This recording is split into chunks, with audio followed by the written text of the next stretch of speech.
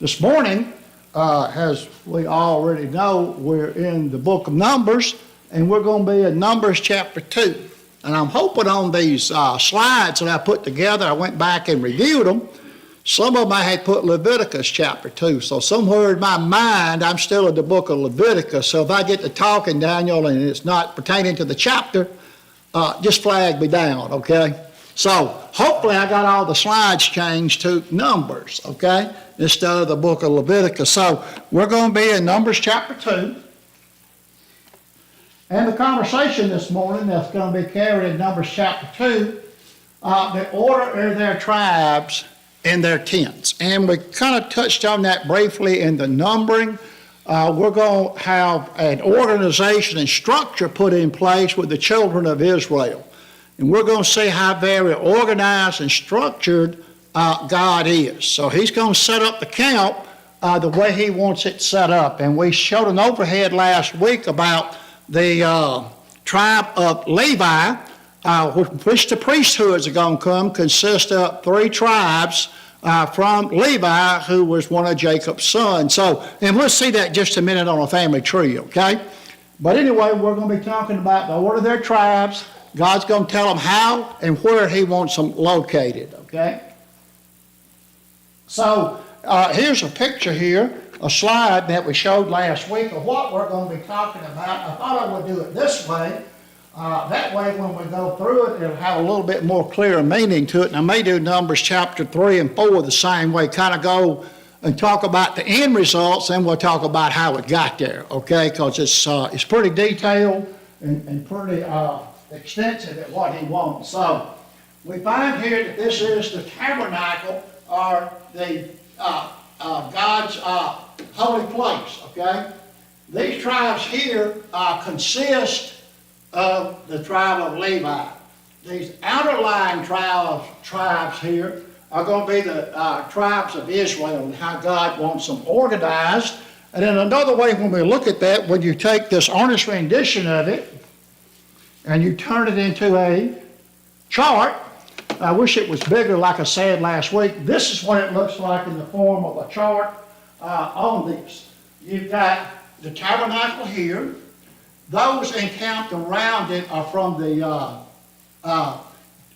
sons of Levi. You got the Merarites, the Gershonites, and the Kohenites, and you got Moses and the priests. So this is how God's going to have it interlaid. What this is doing here, you're going to see that this is a buffer between the tabernacle of God and the children of Israel. You're going to see in chapter 3 where he's going to detail it, separate out the tribes of Levi into the priesthood, okay? The priesthood would no longer consist of just anybody and everybody, let's say, specifically the tribe of Levi. And they're going to become God's chosen, if you will. Right now, all of Israel's firstborn was God's chosen. But he's going to break that out, formally put in place the Levitical priesthood. And then around this, you're going to have Zebulun, Issachar, Judah, Dan, Asher, Naphtali, Ephraim, Manasseh, Benjamin, Gad, Simeon, and Reuben. And he's going to place them in that order the way he wants them. So that's kind of what we're going to be looking at today, and well, maybe even into chapter 3 today. So what we got here, organizing God's army, arrangements of the Israelite camp. He's going to set it up and do it in a very organized and structured manner. The arrangements of the tribes in Numbers 2 serves as a symbolic representation of God's kingdom. It shows the unity, order, and purpose under God's leadership, where each tribe and each individual has a unique role to play. It's a reminder to us that, in the great design of God, we all have our purpose in place. As the Israelites obey God's command, we too are called to follow his will in our lives, trusting that he has an overarching plan. So this is what we're looking at. Now, if you look at that statement, you can say most all that's true today, isn't it? The way God has it structured and organized, he has a role for each and every one of us in the church today, doesn't he? Just like he's going to set out the children of Israel as he organizes and he structures them. There's a picture of the camp again. And so what we want to do, verses 1 and 2, instructions from God. Morgan, do you have that? Numbers chapter 2, verses 1 and 2. And the Lord spoke to Moses and Aaron, saying, Everyone of the children of Israel shall camp by his own standard, beside the emblems of his father's house.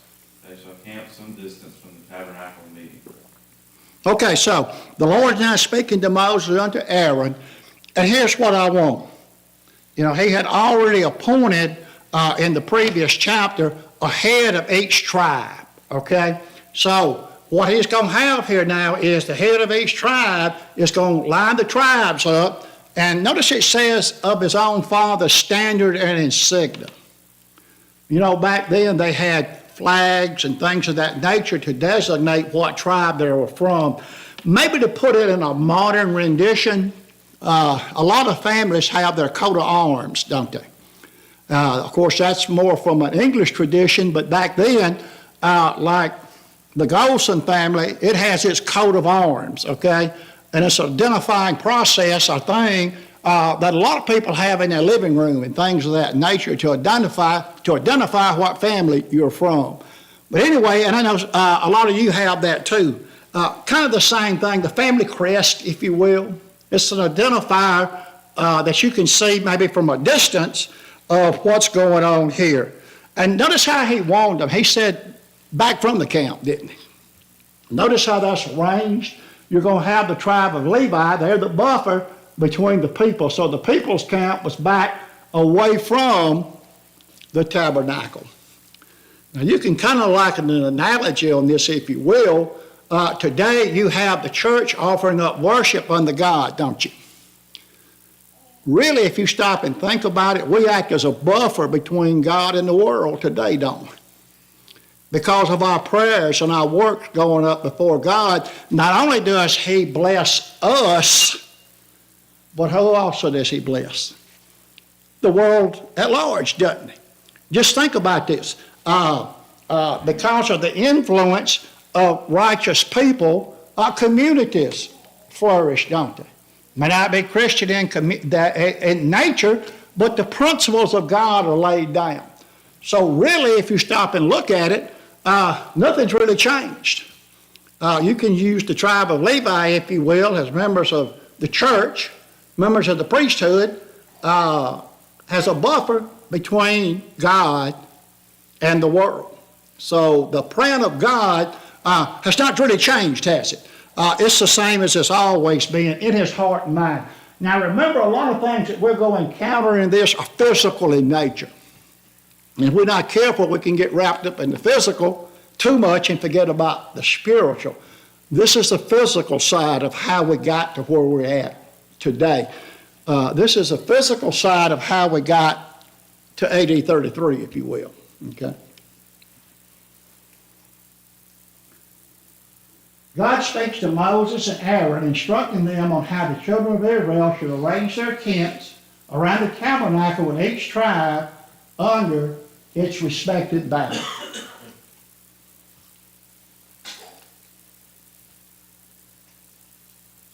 Numbers 2:2 of the King James Version, every man of the children of Israel shall pitch by his own standard with the ensign of their father's house. Far off about the tabernacle of the congregation shall they pitch it. And we're going to see here in a little bit, there's a stern warning going out that no stranger is to approach that tabernacle.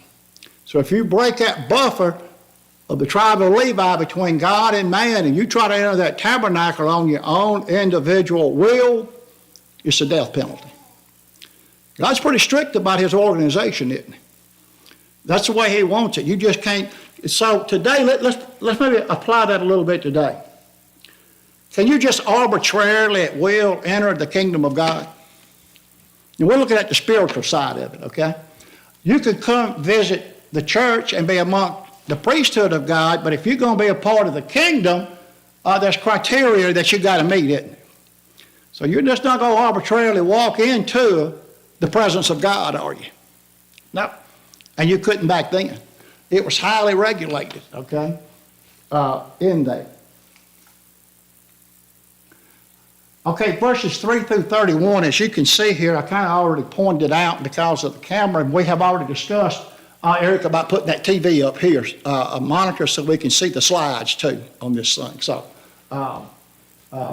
we need to do that because I noticed when I was watching some of the last episodes when I was here, some of the video clips on YouTube, when you're talking about the slides, the audience has no idea what you're talking about, okay? So that's something that we need to look at, go ahead, getting done, is putting another monitor right here. So anyway, when you look at verses 3 through 31, and we're going to read it, and as we read it, just look at this picture, okay?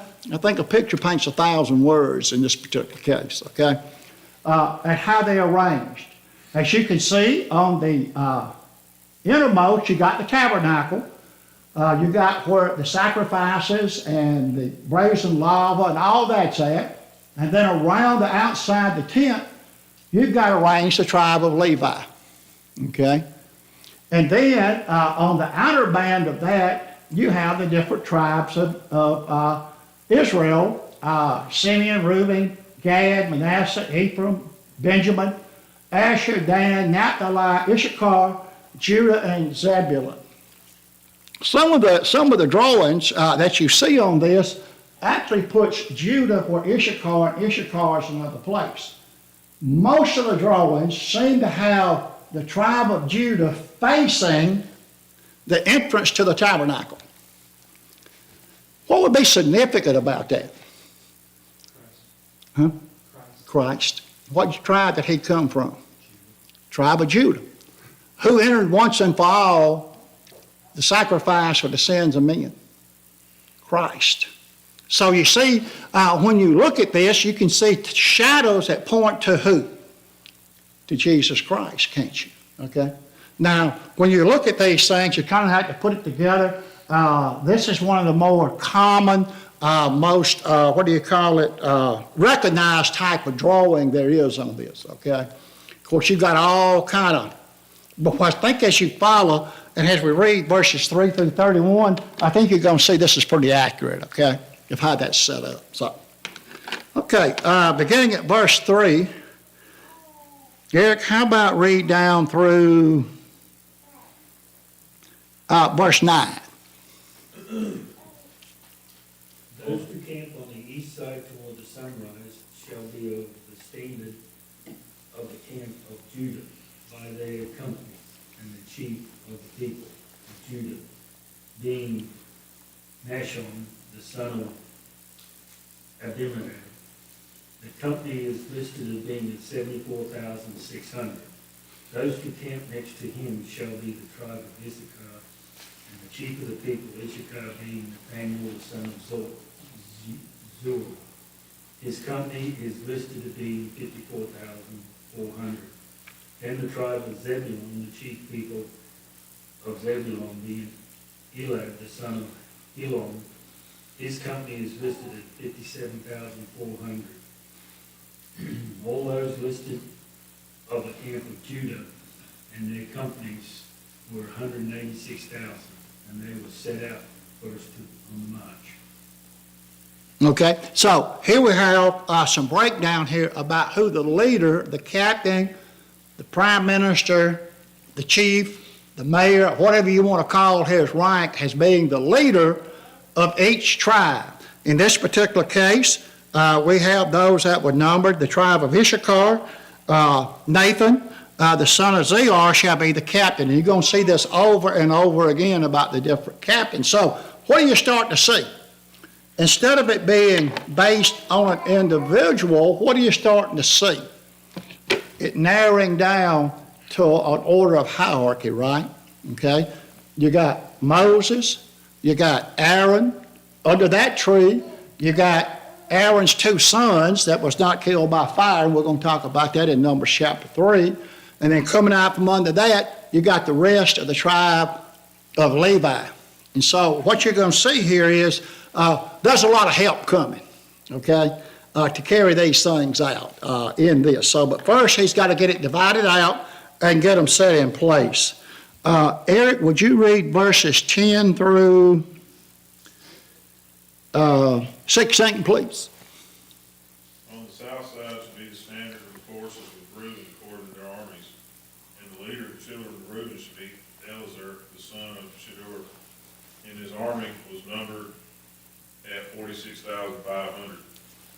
Those who camped next to him shall be the tribe of Simeon. And the leader of the children of Simeon shall be Shelomiel, the son of Zeradishah. And his army was numbered at 59,300. Then comes the tribe of Gad, and the leader of the children of Gad shall be Eliasaph, the son of Ruel. And his army was numbered at 45,650. All who were numbered according to their armies of the forces with Reuben, 151,450. They shall be the second to break in. Okay, how about that? So here again, structure being set up. One of the things you notice when he did and we talked about that in the previous chapter, when he did the general numbering of Israel. Now I'm going to have to break this out. When he did the general numbering of the 12 tribes, okay, the 11 tribes are not counted as of yet. They were counted, but the breaking out's not going to come till a little bit later. One of the things you notice so far, there's a lot of men aged 20 and above capable to go to war. That's what these numbers are, if you remember from the previous chapter. He gave a criteria of what he was looking at. Now, with the numbering of the children of Israel, at this time, it did not include infants. Now, you're going to see, as we get over in the tribe of Levi, the criteria is going to change a little bit. And it's even going to tell us that to serve as a priest, in the priesthood, you had to be between 30 and 50 years old. So there's a lot of things going on with that we see today. So does that mean people that are serving in the Lord's church normally has elders and deacons and things of that nature? Do they have a little bit of age on them? Yeah. They're established men is what he's getting at. Now those prior to that were kind of like the novices, wasn't they? They're kind of like the apprentices, aren't they? These people have to learn. Break it down like this, and you're going to see this as this unfolds, that the priest, once the sacrifice was done by the person laying the hand on the head of the animal and killing the animal, then these various priests, whichever one they had gone to, okay,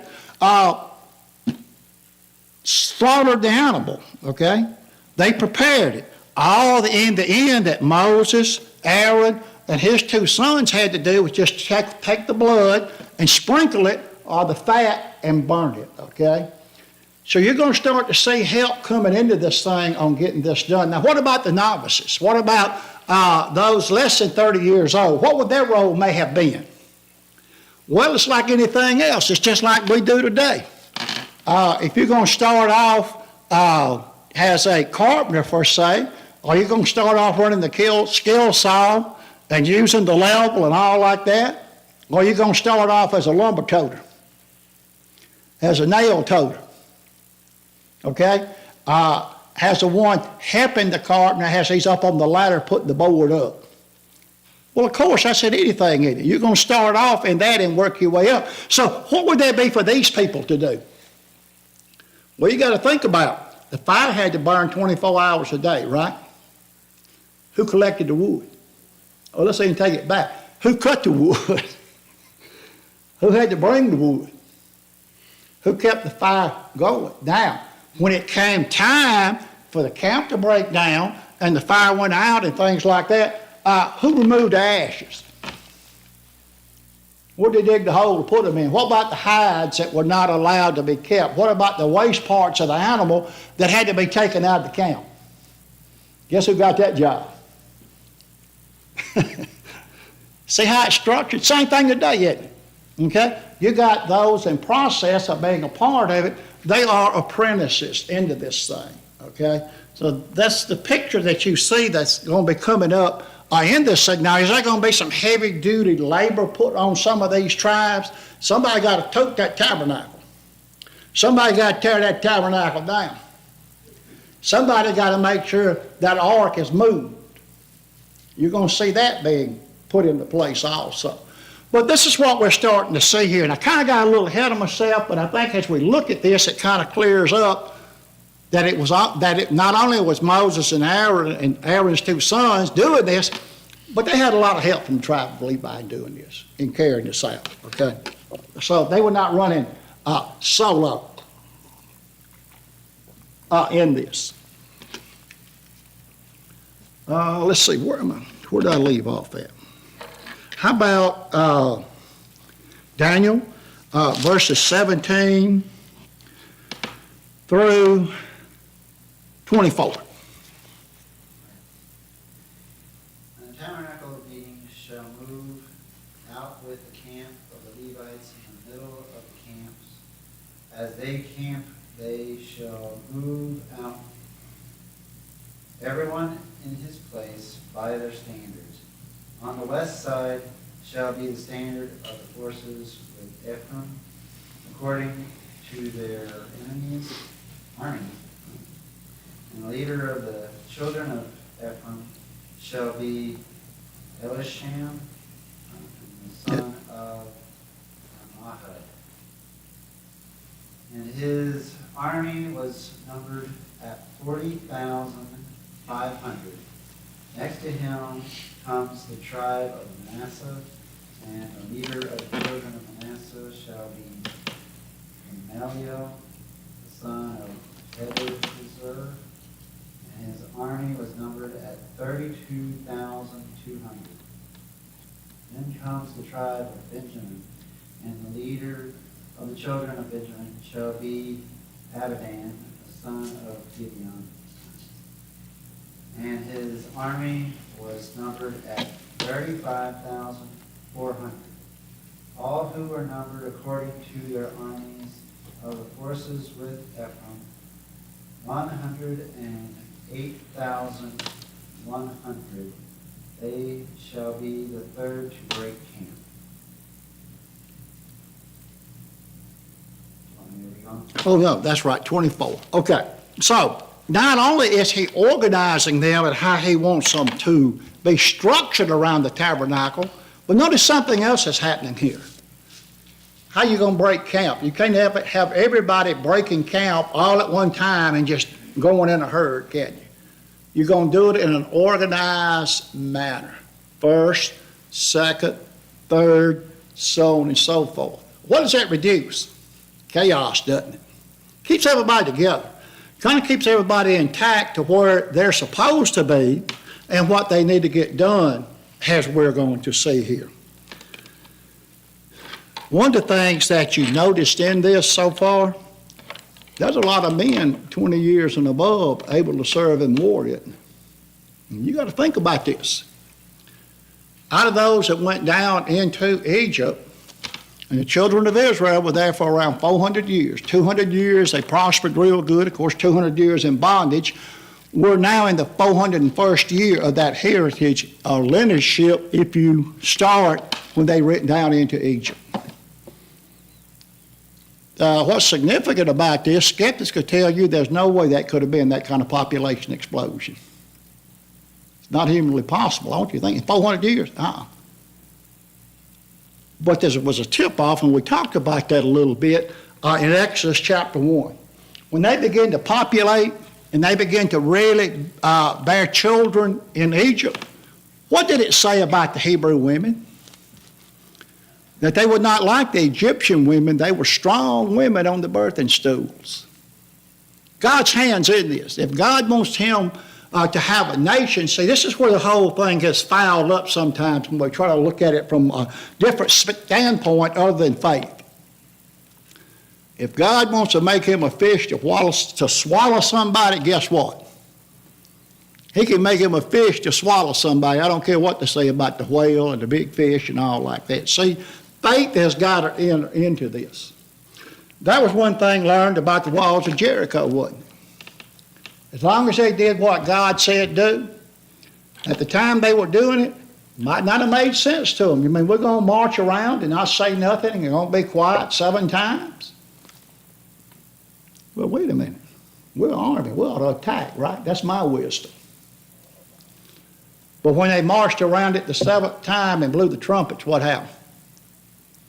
So if God wants the walls of Jericho to fall, he can make them fall. That's where faith comes out in all this. Yes, they had a literal population explosion by the hand of God. He blessed them people while they were there. Even while they were in that 200 years of bondage, or that 400 years they were down there, okay? He still blessed them, even in bondage, wasn't he? He was preparing them for an exit to become a nation. So the reason I brought that in there, as you look at this, if you go out there and do a little research on your own, you're going to see there's a lot of skepticism in this by the skeptics, okay? Just remember, how do we walk? By faith. Okay? So, walking by faith, if God, now, you know, and I'm off on a tangent now, Morgan, so in a minute, Reed or Daniel are going to throw a song book up this way and get my attention and get me back on track. So, I'm looking out of my peripheral vision here, all right? If God wanted to do that, he could do that by faith. I accept this by faith, okay? God wanted to do it. Just think, who created the heavens and earth? I mean, by mine. You mean to tell me that if he wanted to create him a fish, or the walls of Jericho to fall, or the jail that Paul and Silas was in to have an earthquake and loosen all the prisoners and did none of them escape, could he not do that? Yeah.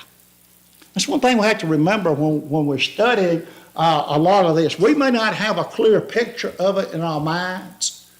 Even then, as we can see, even in the days of the apostles, did they have a clear picture of all this? But we can understand enough about it that it points to Jesus Christ and the organization of God, can't we? Sure can, sure can. Anyway, any of you brethren have a comment on that? I done got off. I'm going to get myself back on track. So, this is how God is organizing them. Read verses 25 through 31. On the north side shall be the standard of the camp of Dan by their armies, and the leader of the sons of Dan, Ahiezer the son of Ammishaddai, and his army, even their numbered men, 62,700. Those who camp next to him shall be the tribe of Asher, and the leader of the sons of Asher, Pagiel the son of Ochran, and his army, even their numbered men, 41,500. Then comes the tribe of Naphtali, and the leader of the sons of Naphtali, Ahira the son of Enan, and his army, even their numbered men, 53,400. The total of the numbered men of the camp of Dan is 157,600.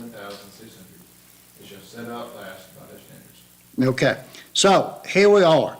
I'm going to go ahead, I'm going to read verse 32. These are they which numbered of the children of Israel by the house of their fathers. All those that were numbered of the count throughout their host was 600,000 and 3,507. Over 603,000, age 20 and up. That's a lot of army, isn't it? It's a lot of people, okay? So when you look at it and you extrapolate some numbers, yeah, that number with the children of Israel that came out of Egypt, it could easily be more than 3 million, because by the time you figure in the mothers and doesn't mention the daughters and those are 20 years, 19 years or younger. So, yeah, a large number of people, wasn't it, that came out.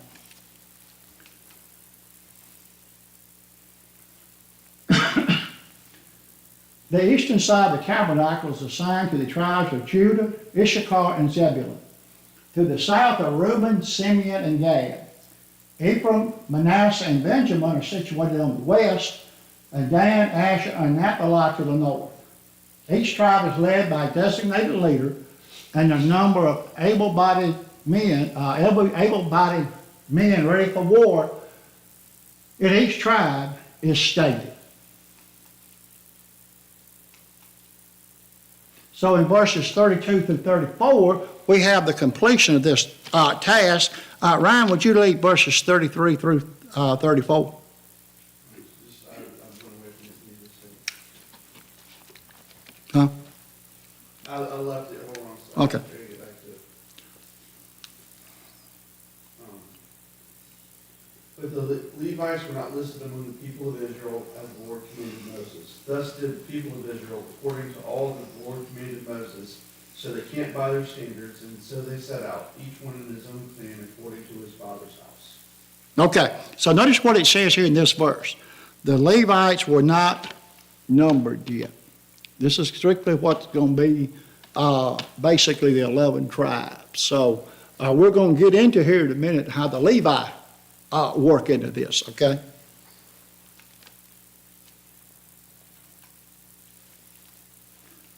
These verses confirm the Israelites did as the Lord commanded, setting up camp tribe by tribe, marching out each man with his clan and tribe.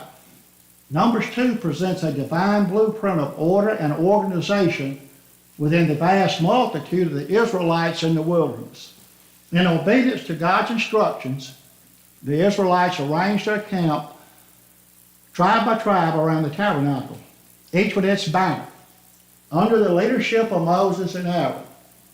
This chapter speaks about God's precious plan and order in organizing his people and how, in following his direction, we contribute to his greater purpose. And we're going to learn as all this unfolds as we stay in the Old Testament, really what was going to be Israel's divine purpose, really, to show forth God's glory in it. That's what they were all about. They were going to be a separate and distinct people that did not have a king or a senate or anything like that in the world. Their leader was only going to be God. But in the plan, the devil interfered, didn't he? And they had to have a king. So we can see, though, how God organized this. Any of your brethren have any comment on this before we move into chapter 3? Okay.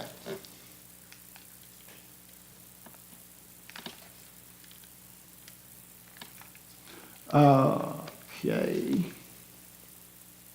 The book of Numbers, chapter 3. Okay. So what do we have going on here in Numbers chapter 3?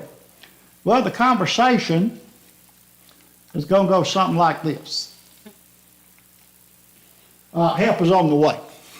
I keep saying that, don't I? Well, here we are. Help is on the way. Some duties and responsibilities are going to be assigned. The tribe of Levi formally are going to be at the beck and call of Aaron, basically, and his 2 sons. Of course, Moses is the primary in this, okay? They're going to be given in general for the work of the tabernacle. But, always a but, isn't it? There's going to be some more laborious duties, if you will, about moving the tabernacle and those things around it, and the curtain and the tent and all this assigned to some of these different tribes, okay? Primarily, the 3 tribes, one of which, Korah, which Moses came out of, is going to be assigned to those 3 tribes of the Levites, okay? The Levite service, Nadab and Abihu.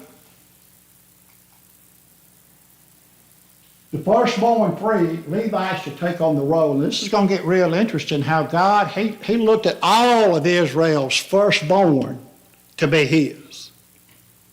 Well, what's he going to do now?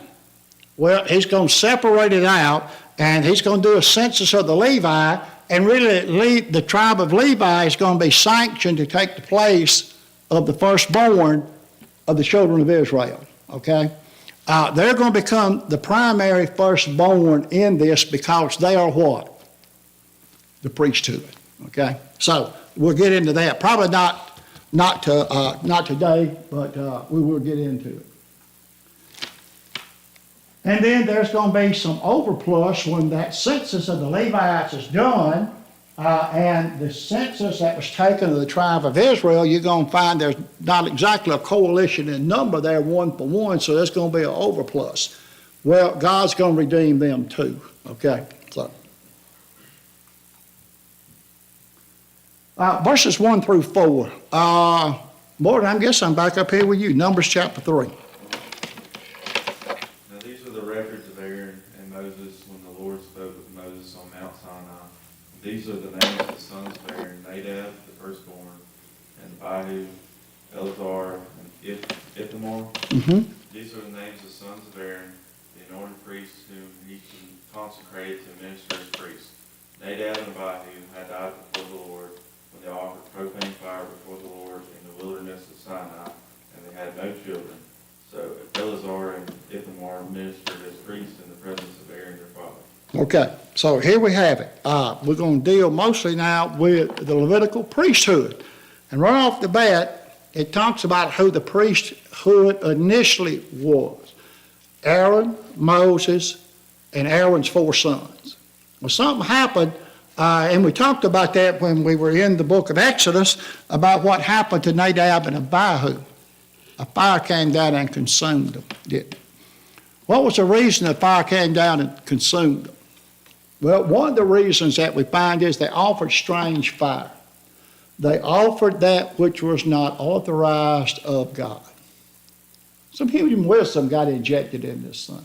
Why we got to go over here? Maybe they were to get the fire from the where they burnt the offering. I forget what it's called now, it won't come to me. Maybe they were supposed to get it from over here or whatever. But whatever it wasn't authorized of God. They offered strange worship to God. Now, something you got to remember about Nadab and Abihu and Issachar and all them. What had they seen? Who had went up part of the way into the mountain with Moses? 70 elders. Nadab, Abihu, remember Issachar and them. Which is thought to be Moses' sister's husband. Now, they didn't go into the cloud. They went part way up to the mountain, remember? And they saw where the presence of God had been. How short-lived was that fact or that sight? That would have told me a whole lot, you know? Maybe I better pay attention, right? And if he said get the fire from over here, guess where I better get the fire? Where you got it from, right? Well, part 2 of that question is we're going to find, and I'm not going to turn over to it right now, apparently they had to do something with them maybe being intoxicated. God's going to give instructions to the priest that they're not to enter the tabernacle with what? Under the influence. So it's probably a combination of both, okay? Under the influence and disobeying God. You know, a lot of times people don't do things they normally do in the right frame of mind, do they?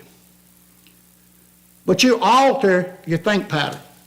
You alter your emotions, and what do you get? Trouble. We see it all the time in the world, don't we? A lot of the crime that we have, a lot of the killing, the stabbings, robberies, break-ins, and all that, when you look at the lives of those people, what does it mostly involve? Alcohol and drugs, don't it?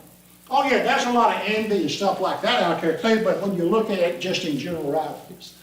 So, looks like that got the best of Nadab and Abihu too, didn't it? And what happened? Fire came down and consumed them, didn't it? Well, you know, that was a big warning to everybody else, wasn't it? I mean what I say. And you know, back then, God would act on the spot, wouldn't he? In a lot of cases. I mean, he didn't wait around to place out judgment.